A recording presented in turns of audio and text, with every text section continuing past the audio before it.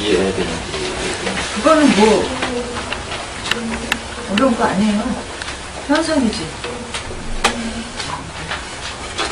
철학자들이 설명하려고 하는 게 뭐예요? 현상이지.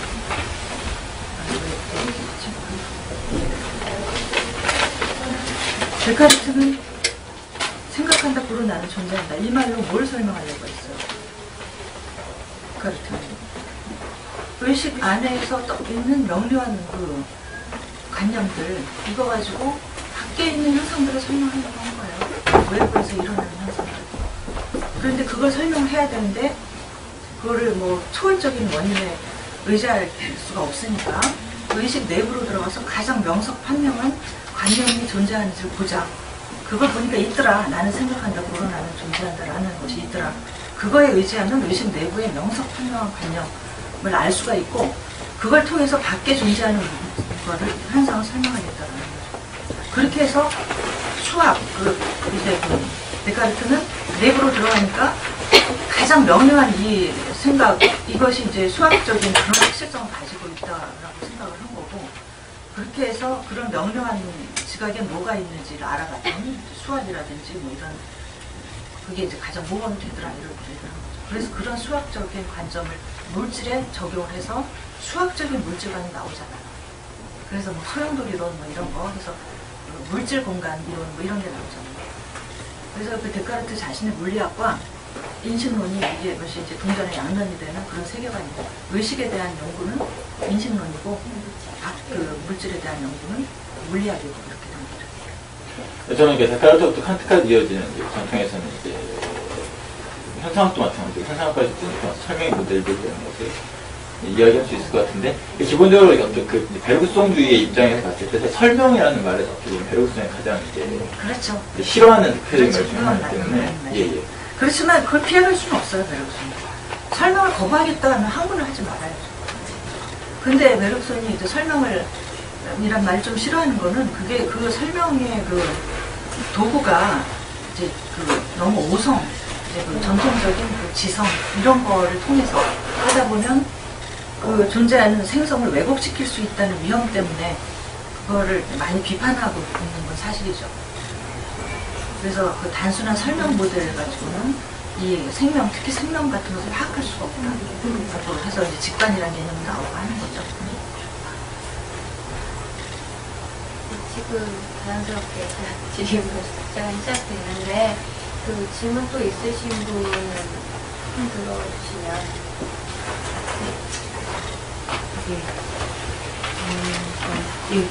사실 설명을 어떻게 전할 수 있을까라는 관심으로 일단 그걸 듣게 됐는데, 되게 문외한도 잘 이해할 수 있게 설명해 주셔서 되게 잘 유시하는데요. 근데 여기 지금 결국은 시간, 지속이라는 시간, 그 속에서 운동이 계속 이제 그러니까 운동이 계속 있는 상황을 설명을 하신 거잖아요. 근데 여기서 가장 이질적으로 느껴졌던 부분이 싹이었던 거 같아요. 자극이라고 할 수 있는 그. 그러니까 결국은 계속 순환하고 계속 이렇게 흘러가는 그 시간을 지속 속에서 생명은 되게 처음과 끝이 있잖아요. 태어나고 죽는다.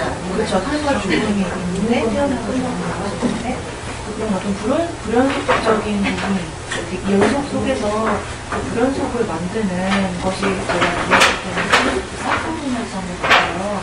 근데 그런 것을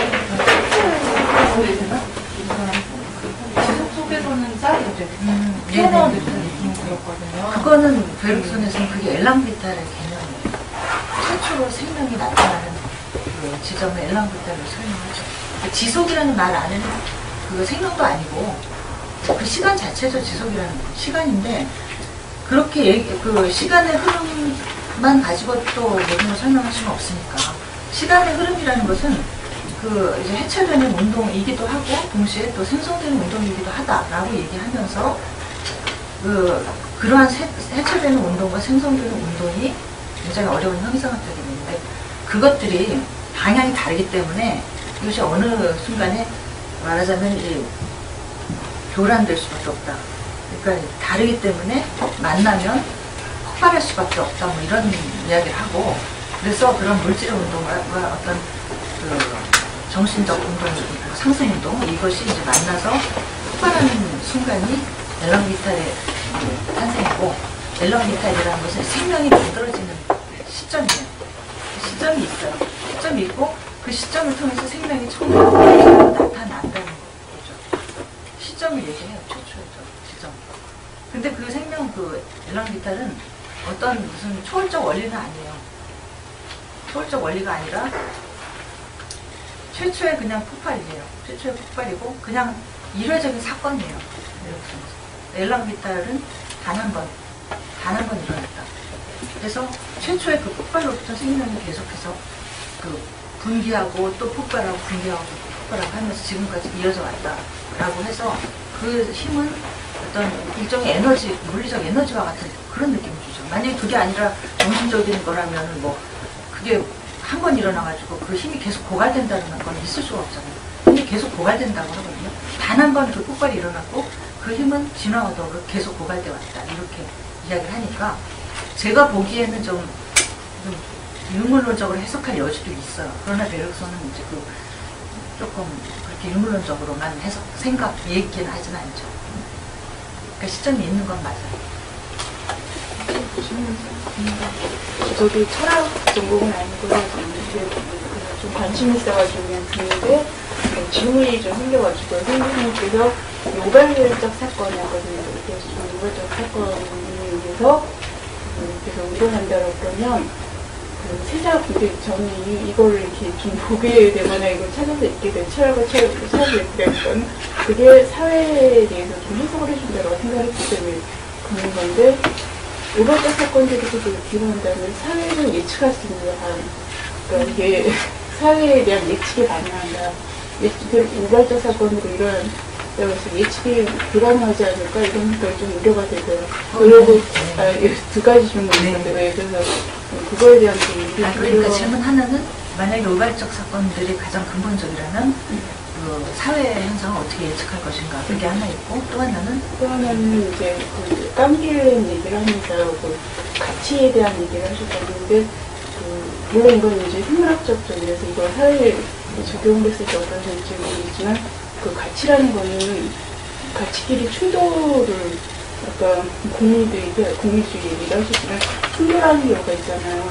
그랬을 경우 이런 여기서는 충돌에 대해서 어떻게 해석을 하고 있는지 가치 충돌이나 두 번째부터 말씀드리면은 그게 이제 그 가치들의 충돌, 즉 시행착오를 겪으면서 만들어진 것이 규범이라는 거예요.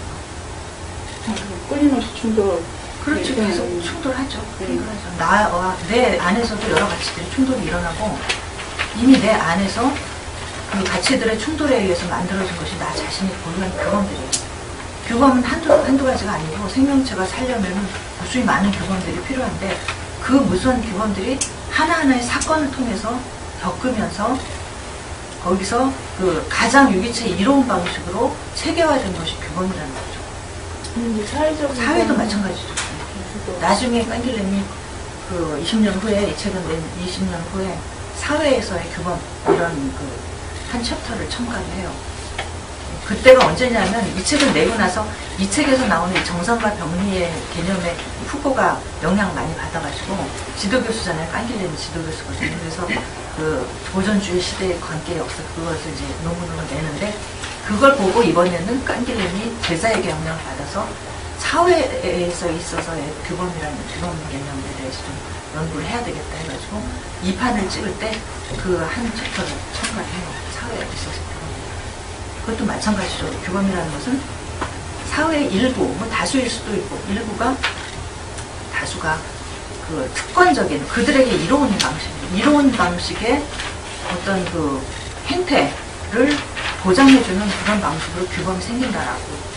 그래서 규범이 거기에 그들이 좋아하는 가치이기 때문에 그게 올바름 이런 거하고는 무관하다는 거죠. 그렇게 해서 만들어진 규범이 그게 이제 공동의 선이 아닐 수도 있다라는 아니죠. 아닌 거예요. 네, 아닌 거예요. 예를 들면은 이제 푸코도 뭐 그렇게 많이 하지만 깐길렘이 주로 많이 분석한 것도 프랑스 혁명 이후에 그 지금 프랑스의 가장 중요한 규범들, 사회 규범들은 프랑스 혁명 이후에 만들어진 것들이거든요.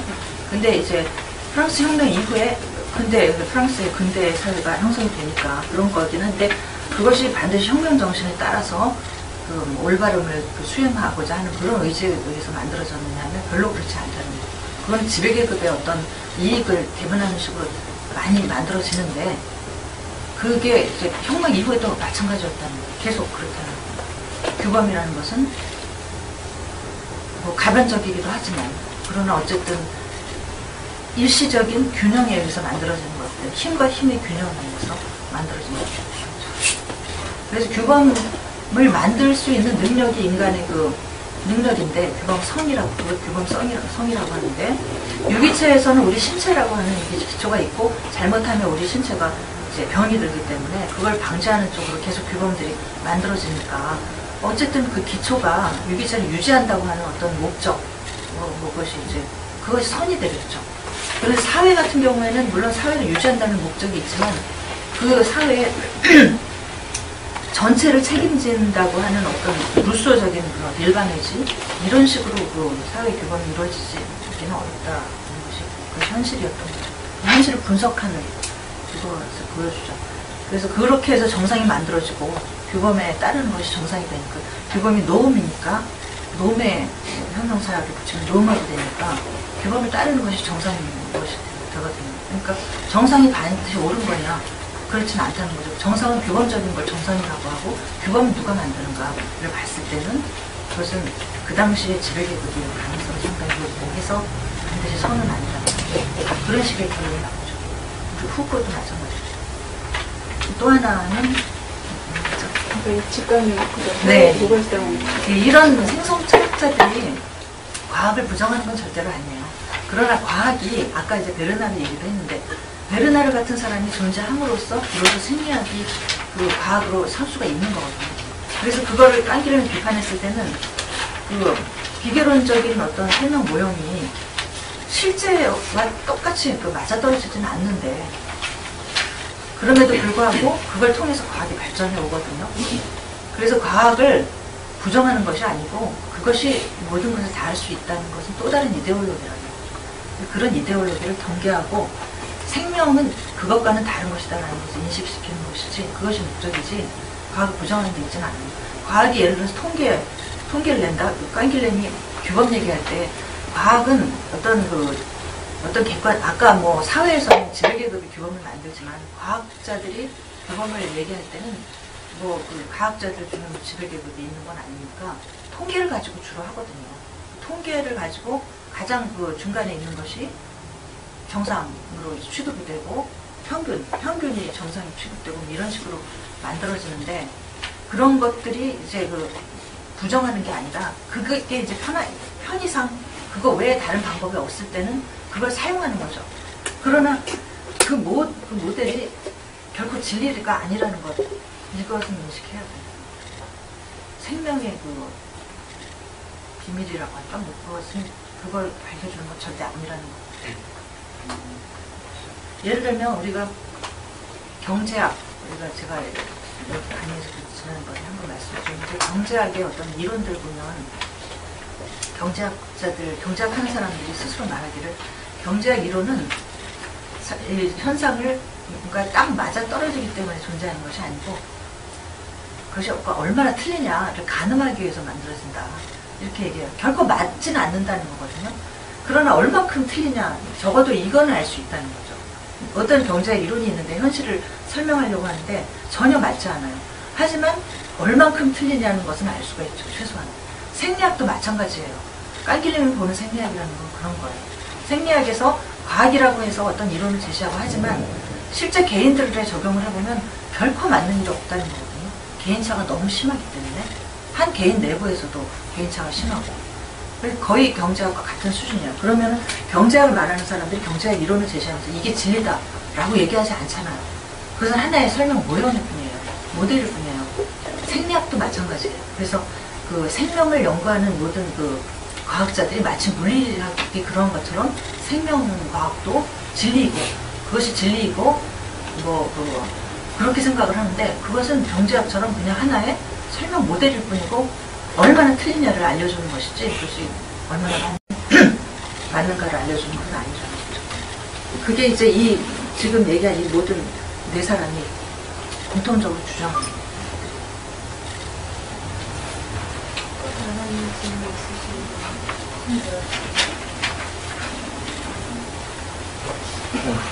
작은 질문도 있는데요. 저는 이제 과학을 하고 과학을 이제 지금 하고 있는 뭐 그런 사람이다 보니까 읽을 때 아무래도 조금 이제 이렇게 어려운 부분이 좀 있었어요. 그런 부분이 있었는데 물리학 얘기할 때는 뭐 쉽지 않으셨어요? 약간 그 시간도 결정.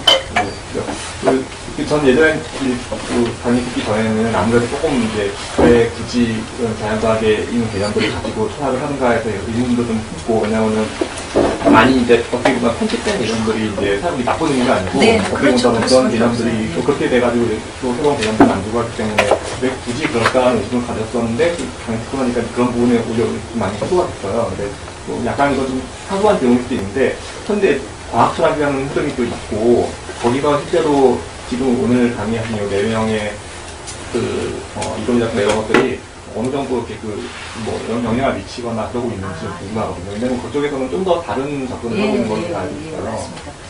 그 과학 철학이든 뭐든 간에 그 철학도 그렇고 굉장히 문화의 영향이 크죠. 그래서 우리가 주로 소개드린 철학자들이 프랑스 철학자인데 프랑스 철학에서 과학 철학 하면은 뭐 깐길레나 시몽동이 거론되죠. 되지만 미국 영미 철학에서는 거의 거론이 안 된다고 보시면 되는데 철학하는 방식이 많이 달라요.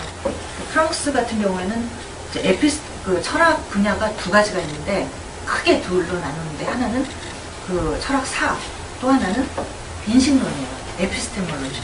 두 가지인데 철학사는 이게 이제 굉장히 큰 범주이기 때문에 철학사에서 뭘 하냐면 물론 진짜 철학사도 하지만 예를 들면은 상당히 문학적인 철학, 문화 철학, 사회 문화에 대해서 언급하는 모든 분야가 철학사에서 포함이 되고 그 다음에 이제 에피스테몰로지에서 뭘 하냐면 순수한 인식론도 있지만 대개 에피스테몰로지 분야에서 하는 게 과학 철학이거든요. 그런데 프랑스의 과학 철학은 실제 과학을 논해요. 그 과학을 멀찌감치 이렇게 보면서 그 과학 이론의 형성 과정 이런 것을 상위 차원에서 연구하는 게 아니고 실제 과학을 논하는데 이 깐길렘이 의학을 논하고 그 시몽동이 과학을 논한 것처럼 비록 그렇게 얘기하면서 개념이 변질되고 하는 식으로 해서 비판받는 경우도 덜어 나오긴 하지만 그래도 이 사람들은 과학 얘기를 직접 해요. 만약에 철학이 그렇게 직접 하지 않으면 그건 아무 의미 없다고 보죠. 과학 철학 이런 게 의미 없다고. 그러나 미국이나 영국에서는 그렇게 하지 않죠. 과학은 과학자들한테 맡기고 철학자가 거기 얘기해봐야 아는 게 뭐가 있겠어요. 모르니까 과학자들보다는 아무래도 모를 수밖에 없으니까 거기에 대해서는 함구하고 대신에 그 과학 이론이 형성된 과정이라든지 기본 정신이라든지 이런 상위 개념 그런 부분에 집중하죠. 그래서 미국 과학 철학자들은 과학을 잘 몰라요. 네. 그렇죠. 과학이 형성되는 과정 이런 메타적인 그런 것만 알지. 근데 프랑스 사람들은 용감한 거죠. 어떻게 보면 용감하게 뛰어드는데 그러면서 비판도 받지만 그러나 또 그래도 좀 실제적인 이야기들을 해주니까. 베르그송 같은 경우도 그 창조적 진화보면 이제 진화론에 대해서 직접 이야기를 하는데 그 당시 그 생물학자들이 했던 그 논한 문제를 자기도 같이 논해요. 철학자니까.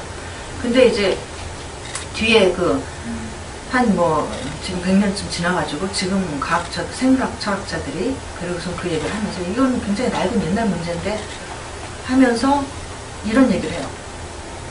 이게 이제 어떤 의미인지는 명확하지는 않은데 이런 얘기를 해요. 베르그송이 굳이 그렇게 안 했어도 되는데 그렇게 뛰어들어서 생물학자들이 이렇게 과학자들이 하는 얘기들을 철학자가 함으로써 오히려 이제 얻어맞을 부분을 노출시키는 건데 어떻게 보면 승산 없는 싸움이에요. 과학자와 철학자가 싸운다는 거. 아무래도 철학자가 과학자보다 못할 테니까 직접 하는 사람들이 아니니까.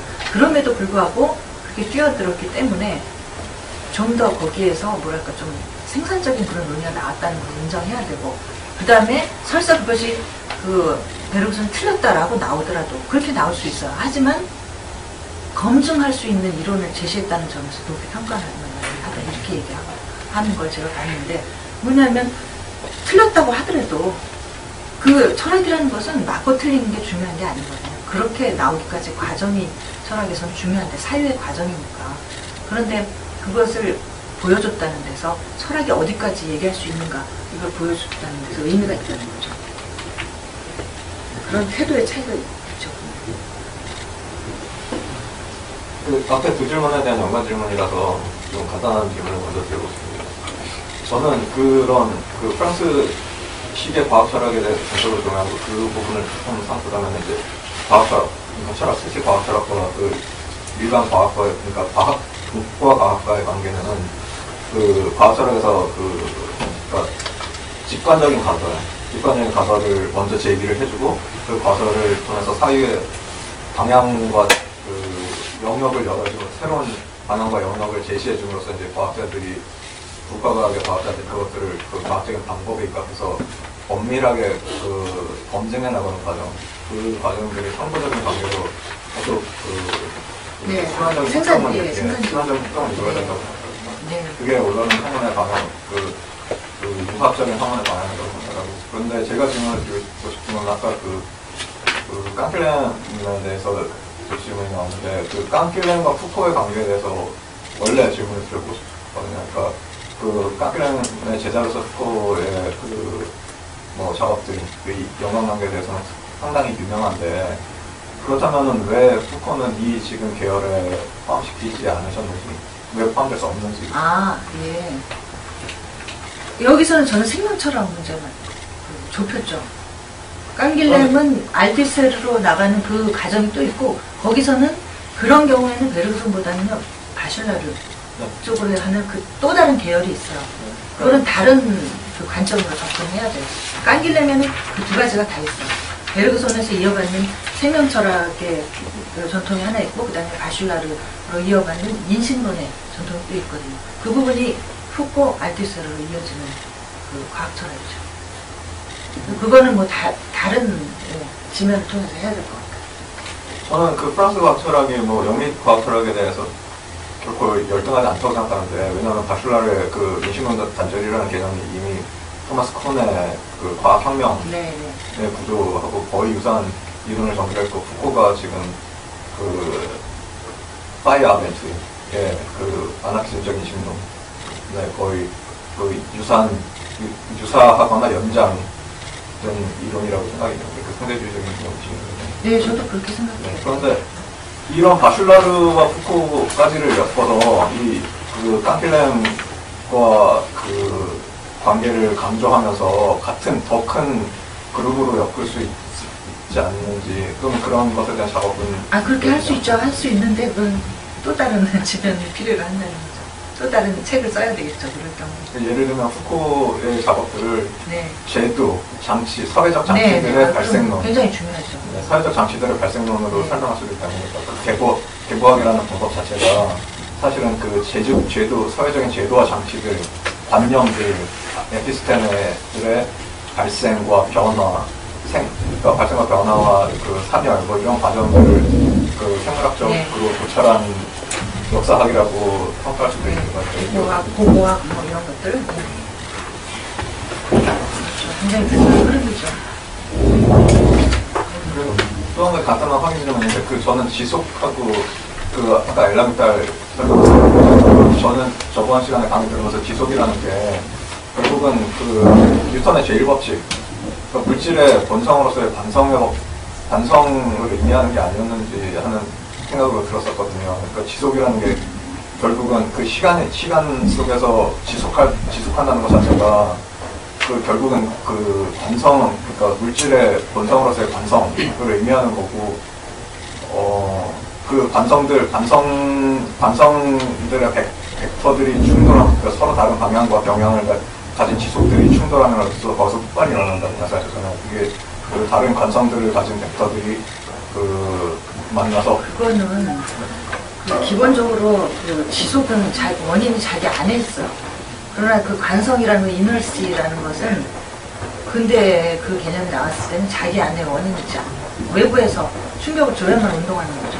충격을 주면 일단 운동하는데 그 다른 원인이 없으면 계속 운동한다는 거 아니에요. 그러니까 원인이 외부에 있는 거죠. 이 베르그손의 그 지속이 만약에 생물학 모델이라고 한다면 그것은 원인을 자기 내부로 가져왔다는 그런 측면에서 그래요. 그거 외에는 아무런 생명적인 특징이 없어요. 그러나 전통적으로 서양 철학에서 원인이 내부에 있는 것과 외부에 있는 것은 구별을 했는데 생명만이 자기 원인을 자기 자신이 갖고 있어요. 그런 측면에서 지금 생성 철학이 생명을 모델로 했다고 했을 때 그것은 원인을 자기 안에 가져왔다고 하는 그 하나 때문에 그런 것이죠. 그렇기 때문에 지속을 이너스에 비교할 수는 없죠. 그러면 그 베르그송 계열에서는 지속 개념으로는 물질의 존재와 생명을 설명할 수는 없나요?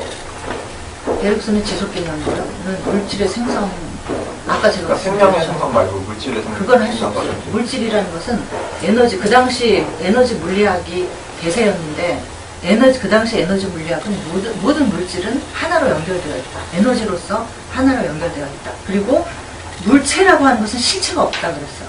원자조차도 실체가 없다. 원자도 어떤 그 장으로 흡수된다. 이렇게 얘기해요. 패러데이 같은 사람들은 원자는 장이 더 근본적이다. 이렇게 얘기를 하거든요. 이게 19세기 말에 그 굉장히 중요한 경향인데 베르그송이 좀 그쪽으로 기울었어요. 그래서 물체라는 것은 실체가 없다.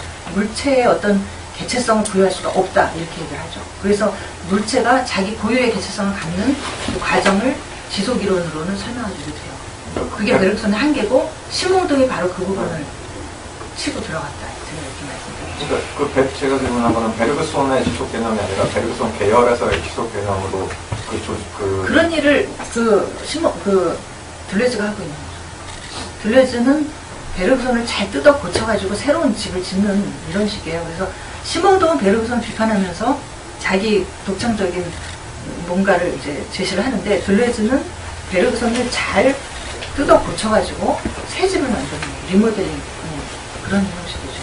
그래서 베르그송에서 정신 물질의 이원론이 아직 남아있기 때문에 그런 건 19세기적 이분법이기 때문에 그걸 지워버리고 물질의 그 속성으로 생명까지도 설명하고 또 물질에서 보이는 자기 동일성의 형성 과정까지도 설명하려고 하는데 들렸어요.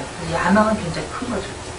그래서 그런 관점에서 볼 때는 그 지속 개념으로 그 물질의 자기 정체성과 자기 동일성 네. 그리고 그 뭐 존재의 지속성 이런 것들을 다 설명하려면 결국은 이게 그러니까 생명의 고유한 자기 원인성으로서만 규정되는 게 아니라 그러니까 그 자기 원인성이라는 건 결국 그 물질에서도 그렇죠. 예. 일반되고 그렇죠. 그러니까 자기 원인성이라는 게 물질에도 있다 이렇게 얘기를 해줘야 되죠. 그 부분을 제가 제 책에서 제가 베르그송을 좀 비판하고 보완한 부분이 있어요. 그러니까 베르그송을 좀 자연화해야 된다. 왜냐하면 생명 물질의 그런 이분법이 좀 베르그송이 좀 뚜렷하거든요. 그러니까 상승하고 자기가 스스로 질서를 만들어내는 과정은 오로지 생명에만 있는 것처럼 또는 의식에만 있는 것처럼 이야기를 하는데 그거는 그 시대의 이제 과학의 한계였다. 그런 얘기 제가 지적하는 부분이 있고 그 다음에 또 그 지속이라는 것은 무엇보다 시간이지. 지속을 생명을 모범으로 한다면 설명할 수 없는 부분이 많기 때문에 지속을 사건들로 설명하고 잠재태 이런 중립적인 용어들 가지고 설명을 하게 되면 그 지속 개념도 물질의 형성 과정도 설명하지 못할 이유가 없다. 이런 얘기를 제가 책에서 하고 있습니다. 근데 그것은 제가 베르그송을 좀 자연화했다 이렇게 표현했어요. 그런 요소가 베르그송 안에 있고 근데 그것을 굉장히 독특한 용어로 리모델링 한 것이 들레즈다 이렇게 보시면 되겠어요. 그것과 아주 밀접하게 연관된 질문이 하나 더 있는데 너무 그 질문을 답변만 해서 그냥 그 질문만 제기하고 답변을 나중에 하셨어요.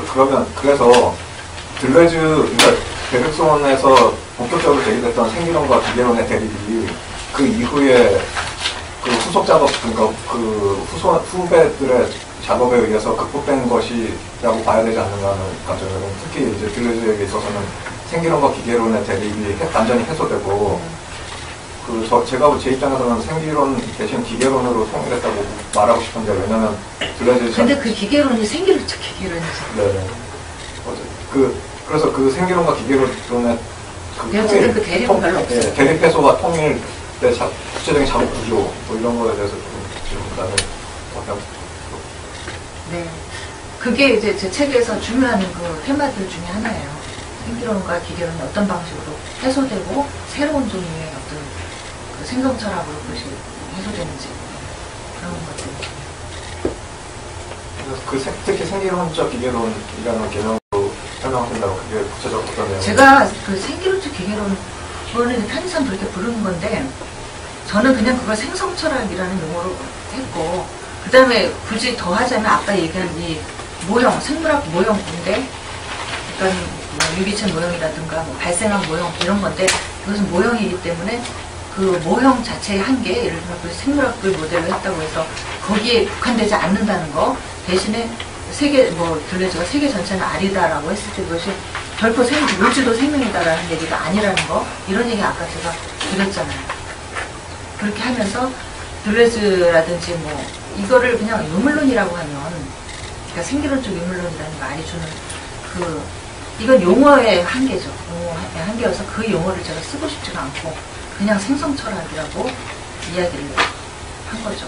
왜냐하면 유물론이라고 해도 과거의 유물론은 기계론적 유물론이거든요. 근데 지금 만약에 들레즈를 유물론이라고 하면, 그리고 베르그손의 지속도 유물론적으로 해석을 한다면, 그때 유물론이라는 것은 과거의 기계론적 유물론하고는 전혀 다른 유물론이거든요.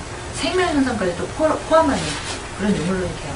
그래서 그런 혼동을 줄 수 있는 용어를 계속 써야 되는가, 이런 그러니까 그런 회의가 있어서 그냥 생성철학으로 이야기를 하자, 이렇게 저는 한 거죠. 생성이라는 개념이 중요하다. 물질이냐 생명이냐 혹은 유물론이냐 유식론이냐 이렇게 얘기를 하면 아무래도 그 용어가 주는 그 함축, 전통적인 함축 이런 것에 자유로워질 수가 없기 때문에 그런 면이 있어요. 그래서 뭐 유물론도 여러 종류가 있잖아요. 변증법적 유물론도 있고 반영론도 있고 기계적 유물론 이런 것도 있고, 들레즈의 유물론 하면 굉장히 역동적인 유물론인데, 그리고 들레즈에서는 기계라는 말도 데카르트 시대의 기계하고 전혀 다르잖아요. 들레즈의 기계는 오히려 생명의 모델이에요. 욕망하는 기계잖아요. 그러면 그게 생명이죠. 어떻게 기계일 수가 있어요. 그럼에도 불구하고 생기론이 주는 그 신비적인 느낌을 제거하기 위해서 들레즈는 마신이라는 개념을 적극 채용을 한 거죠. 그리고 아까 제가 에톨로지 얘기도 마찬가지인데, 그게 다 말하자면 일종의 그 위험성의 요소를 미리 없애는 그런 거죠. 만약에 들레즈가 나는 생기론자다 뭐 이런 식으로 하면서 욕망하는 기계가 아니라 욕망하는 생명체 뭐 이런 식으로 개념을 만들었다고 하면, 이것은 뭐 여기저기서 깨져가지고 아마 살아남지 못할 거예요. 들레즈 철학은. 그래서 그거를 이제 기계라는 외피를 입은 거예요. 그러면서도 생명이 가진 역동성을 표현하고 싶었던 거죠. 그리고 에톨로지도 마찬가지. 그거를 뭐 그냥 그 생기론적 철학 이렇게 되면은 전통적 실증주의에 의해서 엄청 깨지게 돼 있죠. 저기 남자분 아까 우선 이틀 동안 선생님 강의 잘 들었습니다. 그리고 제가 여쭙고 싶은 거는요, 이게 생성 철학이라는 게 혹시 생성이 영어는 뭔지, 이렇게 크리에이션 창조 같지 않은데 원래 비커밍. 그런 비커밍.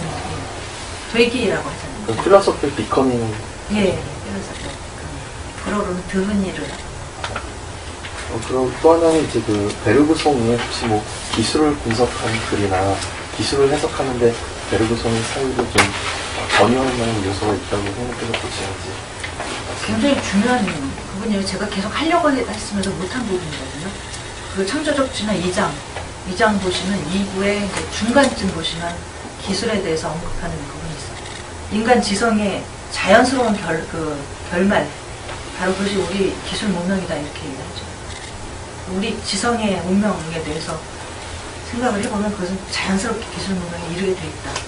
그리고 그 지성은 생명을 연장한 기능으로 나온 것이기 때문에, 그래서 베르그손은 호모 사피엔스하고 호모 파베르를 대비시키면서 인간이 만약에 정말 자기의 진화 기간 동안 혹은 이때까지 주어진 모든 것에 성실하게 우리가 관찰을 해본다면 인간은 호모 사피엔스이기보다는 호모 파베르라고 얘기를 해야 된다. 호모 파베르라는 것은 도구 제작이 있는데, 이 뭔가를 만들고 한다는 것은 인간이 다른 동물에 비해서 모자란 부분, 이런 것들을 생명적으로 모자란 부분, 본능이 부족하고 어떤 도구, 다른 동물이 가진 유기적 도구, 날카로운 발톱이라든지 이빨이라든지 뭐 이런 것들, 강력한 근육이라든지 그런 것이 부족한 부분을 말하자면 유기적 도구라고 할 수 있는데, 유기적 도구가 부족했기 때문에 무기적 도구를 만들었는데, 이 무기적 도구라는 게 이제 그것의 연장이 기술 문명이라고 봐요. 그리고 무기적 도구를 만들게 해준 가장 강력한 힘은 지성이었다는 거예요. 지성, 뇌의 발달인 거죠. 그리고 인간은 그런 방향으로 진화할 수밖에 없었다는 거예요. 여러 가지 정황으로. 그래서 기술적인 인간의 요즘 뭐 기술적 인간 호모 파베르 대신에 기술적 인간이라는 걸 하는데 그런 것이 인간의 본성 안에 들어있다. 그런 부분 심홍동이 이어갔기도 해요. 심홍동의 기술철학에 대한 책이 있잖아요. 번역본에 있고 그 부분이 어떤 부분은 배로성을 이어갔던 부분이 있어요. 좀 많이 먼저 하세요. 먼저 하십시오. 간단한 질문인데 신몽동 생명체는 안정적 혁명을 만들어내는 데이터를 연장시킨다고 했잖아요.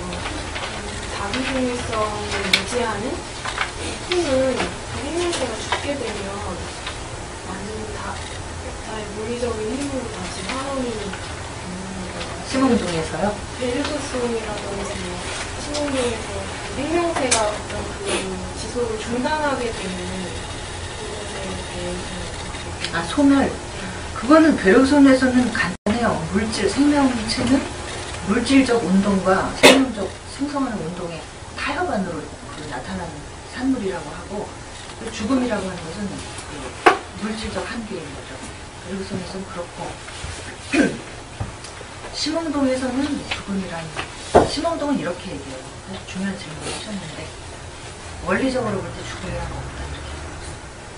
왜 그러냐면 생명체는 끝없이 자기를 유지할 수 있는데 개체와 작용을 통해서.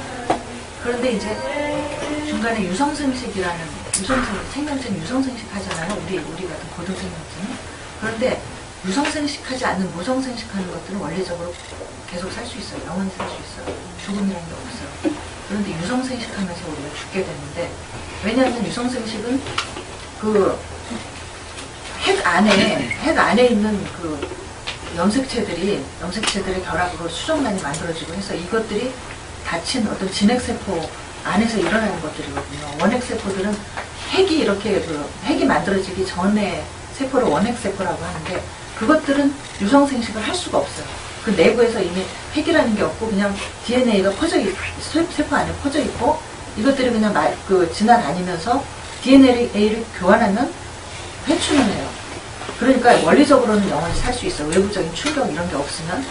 그런데 진핵세포라는 것은 뭐냐면 그 안에 있는 DNA가 핵으로 이렇게 쌓여있는 걸 말하는데, 그러면서 생식은 어떻게 되냐면 이쪽에 있는 진핵세포 안에 그것 중에 특별한 세포가 생식세포인데, 생식세포는 감수분열을 하잖아요.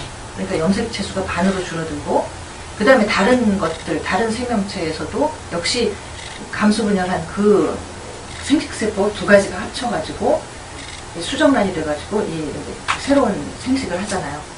그럴 때 이렇게 유기체가 나눠진 거거든요. 유기체와 세포와 그 다음에 핵이 나눠진 거거든요. 그런데 둘 중에서 어떤 게 더 중요하냐면 핵이 더 중요하게 되는 거예요. 핵이 훨씬 중요하기 때문에 그것을 쌓아놨을지도 모르고, 그거 모르는 이야기지만, 그렇게 해서 유기체는 죽게 돼 있고 핵은 영원히 보존돼요. 유성생식을 하게 되면 살아남는 건 핵이에요. 핵 속에 있는 유전자 혹은 원색체들이죠. 그러므로 유기체는 필연적으로 죽게 돼 있어요. 죽음이라는 것은 유성생식에서 나온다는 거죠. 그래서 심홍동 얘기는, 그런데 사람들은 유성생식하는 우리 같은 고등생명체를 생명체의 모델로 하기 때문에 마치 죽음이 필연적인 것처럼 이야기하는데, 원래 생명은 그렇지 않다라고. 오히려 유성생식은 불필요한 복잡화가 아니었느냐라고 물을 수도 있지 않을까, 이렇게 얘기하면서, 원래 생명이라는 것은 물질이 그렇듯이 계속적인 자기 복제이고 자기 개체화, 끝없는 개체화 과정이고 끝없이 사는 과정이라는 거죠.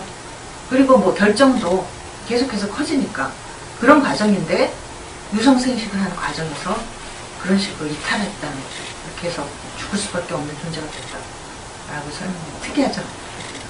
그럼 그건 펜스가 얘기하는 DNA만 계속 아니요. 그런 거하고. 그 얘기하고 비슷하기도 하는데 우리 네 명의 철학자들은 공통적으로 유전자 결정론은 부정이에요. 근데 유전자라는 말 하지 않고 유전자 자체도 문제 해결을 위한 과정에 불과하다라고 하면서 그러나 전달되는 무엇인가는 있다라고 보죠. 핵 속에 있는 그 당시에 이미 그렇게 유전자 결정론 비슷하게 생각하는 사람들이 나오긴 했는데 베르그손은 이미 그걸 부정하고 시몽동도 부정하고 들레즈도 부정하고 끝없는 유기체들의 어떤 그 역동적인 자기 조직과 가정이라고 생각나요. 근데 그렇게 보면 그 시몽동 같은 경우는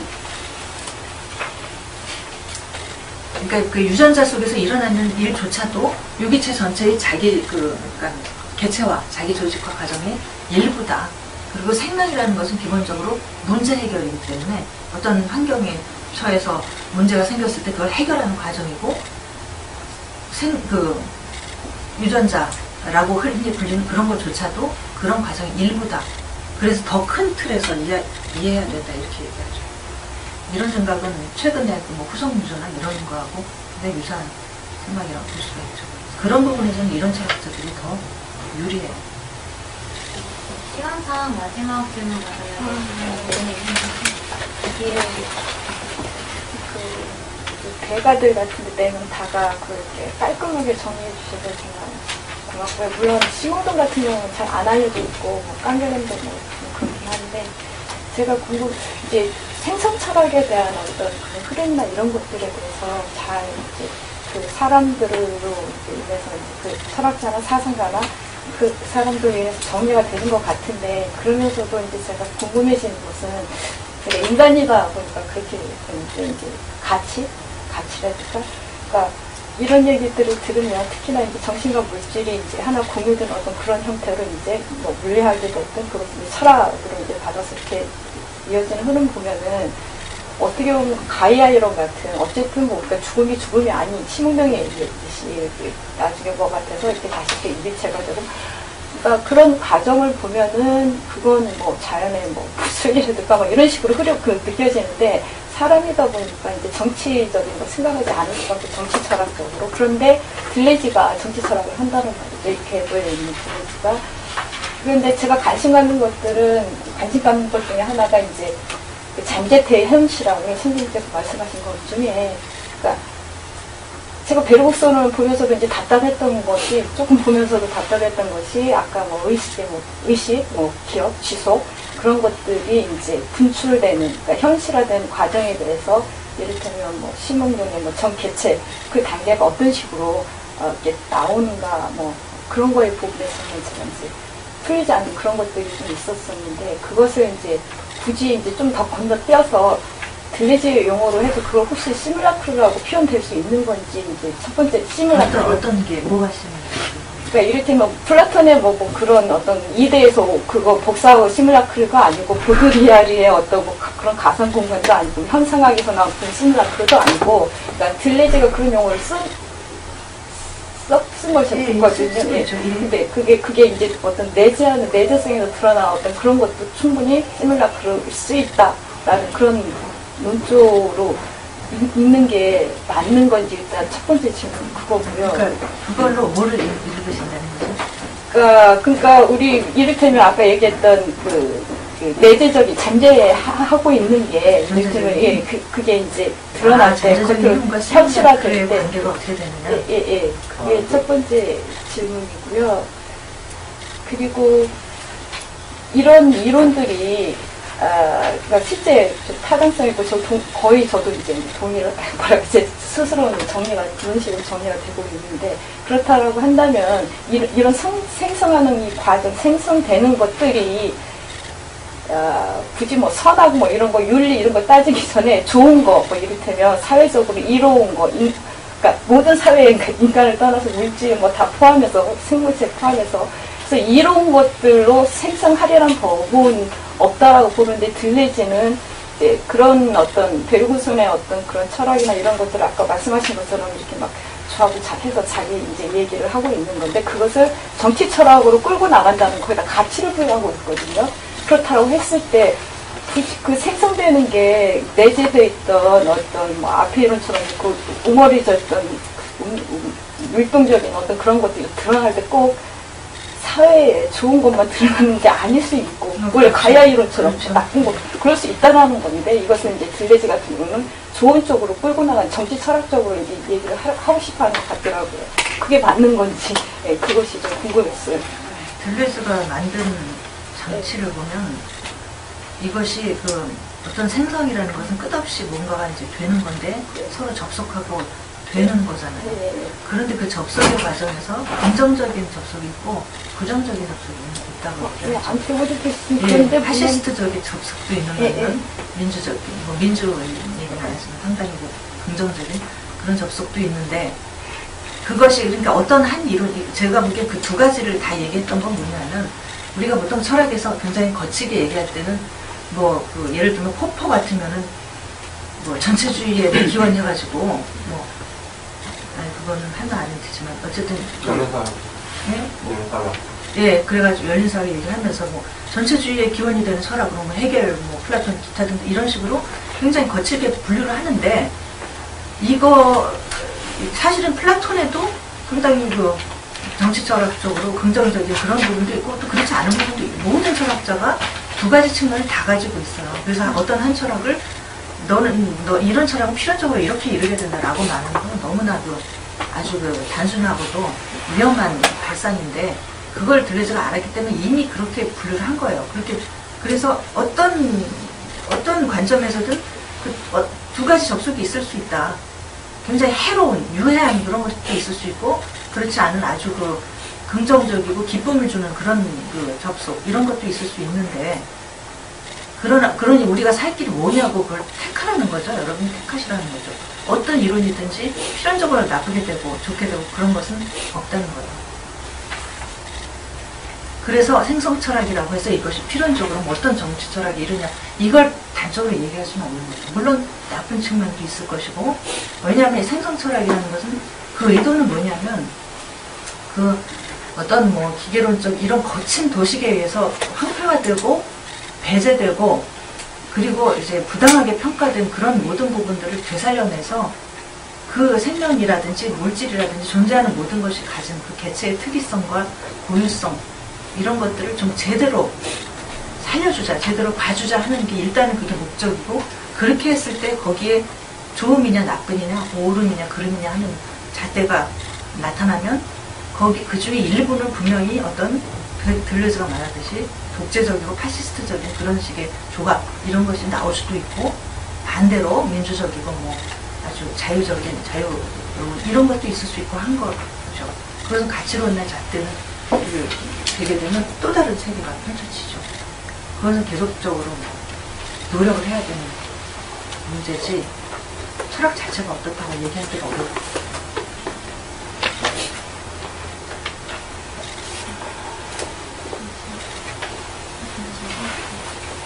간단한 질문인데 그 엘라미타를 빅뱅 개념하고 빅뱅 개념으로 해석해 하면 무리가 있나요? 빅뱅은 물질의 탄생이고 시간과 공간의 탄생이라고 해요. 근데 여기서는 예를 들어서는 특히 생명의 탄생을 나는 얘기할 때 개체의 생명이요. 그렇죠. 거기서부터 이제 개체와 종이 동시에 나오기 때문에 그러니까 개체의 생명과 어떤 종이라든가 생명 자체 이런 게 뭐 따로 떨어져 있지 않아요. 그래서 엘라미탈의 그 폭발과 동시에 생명이 형성되고 생명적 종과 개체가 동시에 나타나는 모든 생명들의 최초의 발생 시점에서의 폭발 그런 거죠. 그런 거죠. 그런 거. 근데 왜 빅뱅만의 그것이 차별화되어야 되는가, 차별화되어야 되는지. 빅뱅은 물질의 탄생입니다. 물질과 시간, 공간의 탄생입니다. 빅뱅에서 필연적으로 생명이 나오진 않잖아요.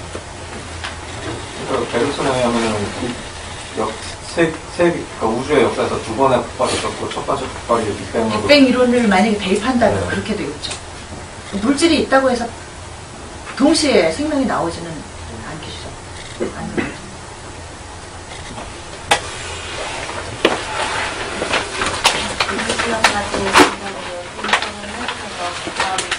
여기 끝나고 이 구매하신 책에 선생님한테 그 사인 받을 수 있는 시간이 있으니까 그냥 가서 이렇게 갖고 가시고요. 이틀 동안 같이 인문학 스터디 함께 해주셔서 감사하고, 마지막으로 황 선생님 말씀, 마무리한 말씀 드리고 꼭 마치도록 하겠습니다. 감사합니다.